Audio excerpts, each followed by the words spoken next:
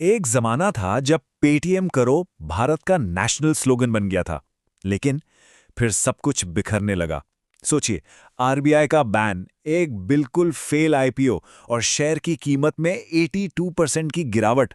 ऐसा लगा जैसे एक इंडियन स्टार्टअप का सबसे बड़ा सपना टूटकर बिखर गया।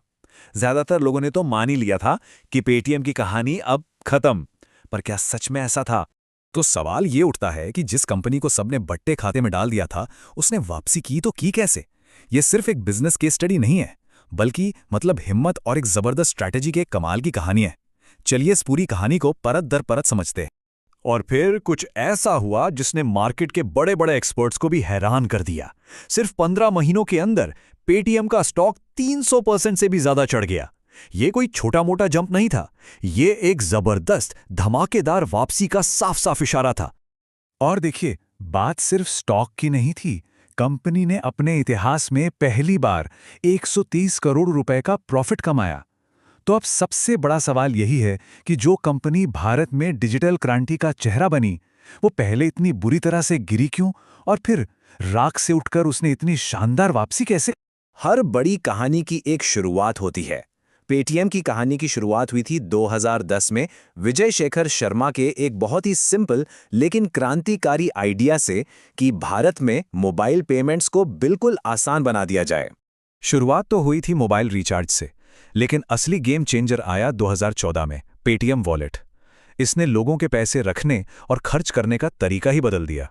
फिर अलीबाबा से मिली बहुत बड़ी फंडिंग ने इसे और ताकत दी। पर असली तूफान तो 2016 में आने वाला था। 8 नवंबर 2016, एक ऐसी तारीख जिसने इंडिया को हमेशा के लिए बदल दिया। नोटबंदी।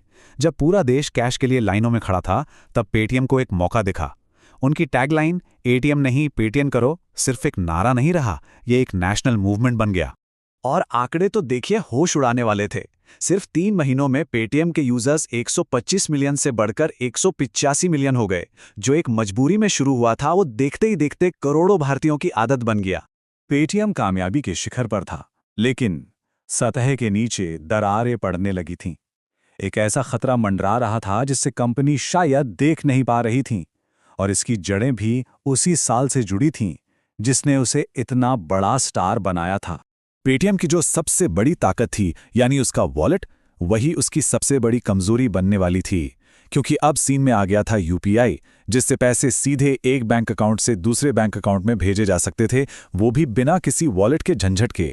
पेटीएम ने यूपीआई की ताकत को बहुत हल्के में लिया, और ये उनकी पहली बड़ी स्ट्रैटेजिक गलती साबित हुई। फिर ई कॉमर्स की दुनिया में घुसने की कोशिश, यानी पेटीएम मॉल, एक और बड़ी भूल थी। खराब लॉजिस्टिक्स, डिलीवरी में देर, गलत प्रोडक्ट्स का पहुंचना और कंपनी के अंदर ही बड़े पैमाने पर धोखाधड़ी, इन सब ने न सिर्फ कंपनी को करोड़ों का नुकसान पहुंचाया, बल्कि कस्टमर्स का भरोसा भी तोड़ दिया। और अब कंपनी पर एक के बाद एक ऐसे झटके लगने वाले थे जिसने उसे सचमुच घुटनों पर ला दिया।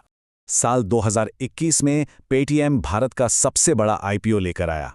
उम्मीदें आसमान छू रही थीं, लेकिन जो हुआ वो किसी बुरे सपने जैसा था। लिस्टिंग के पहले ही दिन शेयर 27% गिर गया, जो इंडियन स्टॉक मार्केट के इतिहास की सबसे खराब ओपनिंग्स में से एक थी। और पेटीएम मॉल का हश्र तो और भी बुरा हुआ।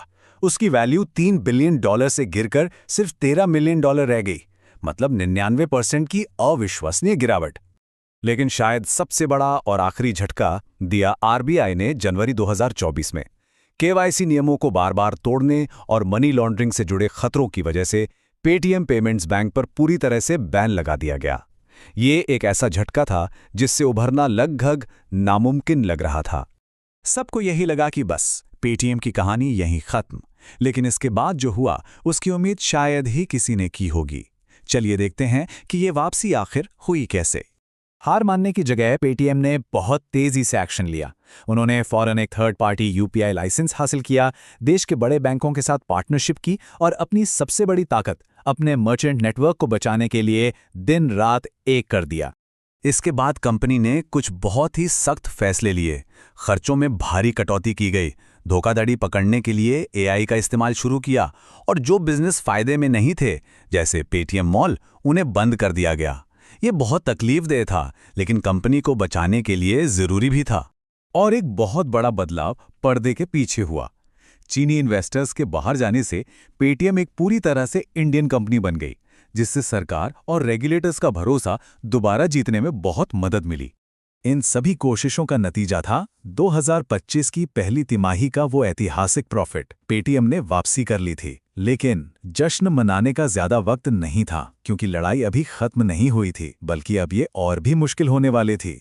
देखिए, जब पेटीएम अपनी मुश्किलों से जूझ रहा था तो फोनपे और गूगल पे जैसे कॉम्पिटिटर्स ने मार्केट पर अपनी पकड़ और मजबूत कर ली थी। आज वो पहले से कहीं ज्यादा ताकतवर हैं और यूपीआई मार्केट पर लगभग उनका कब्जा है।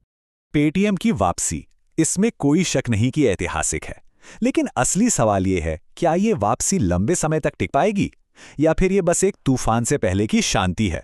अब तो वक्त ही बताएगा कि क्या ये फिनिक्स दोबारा राख से उठकर आसमान में अपनी जगह बना पाएगा